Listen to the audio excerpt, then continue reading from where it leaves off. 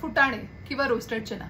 तर रोस्टेड चणा हे दररोज खाल्ल्याने शरीरामध्ये काय बदल होतात तर आपण फायदेही समजून घेऊयात आणि प्रमाणापेक्षा जास्त खाल्ल्याने होणारे परिणामही आपण समजून घेऊयात। तर मंडळी, आता ह्याचे चांगले फायदे म्हणजे काय? फुटाण्यांमध्ये चांगल्या प्रमाणामध्ये प्रोटीन, फायबर, विटामिन्स आणि मिनरल्स असतात।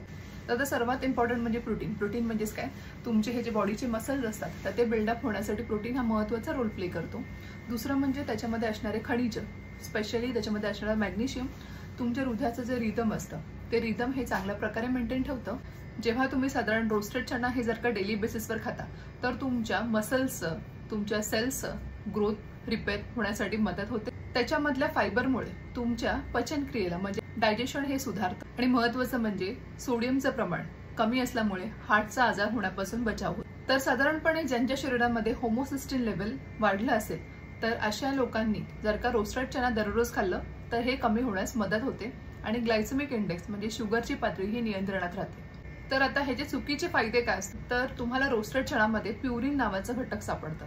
तर ज्यांना युरिक ऍसिडचा त्रास असेल तर अशा लोकांनी प्रमाणामध्ये चणे खाणं महत्त्वाचं आहे। काही लोकांना लूज मोशन्स, पोटामध्ये गॅसेस हे जर का प्रमाणापेक्षा जास्त खाल्लं तर होण्याचे चान्सेस असतात।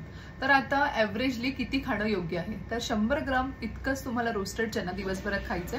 तुम्ही त्याचे एक सलाड म्हणून करून खाऊ शकता, ज्याच्यामध्ये तुम्ही मुगाचे स्प्राउट्स किंवा मटकीचे स्प्राउट्स करून त्याच्यामध्ये ऍड करून थोडेसे पीनट्स टाकून थोडासा चटणी मसाला, चाट मसाला टाकून तुम्ही ते एक बाउल हेल्दी ब्रेकफास्ट बाउल बनवून तुम्ही खाऊ शकता।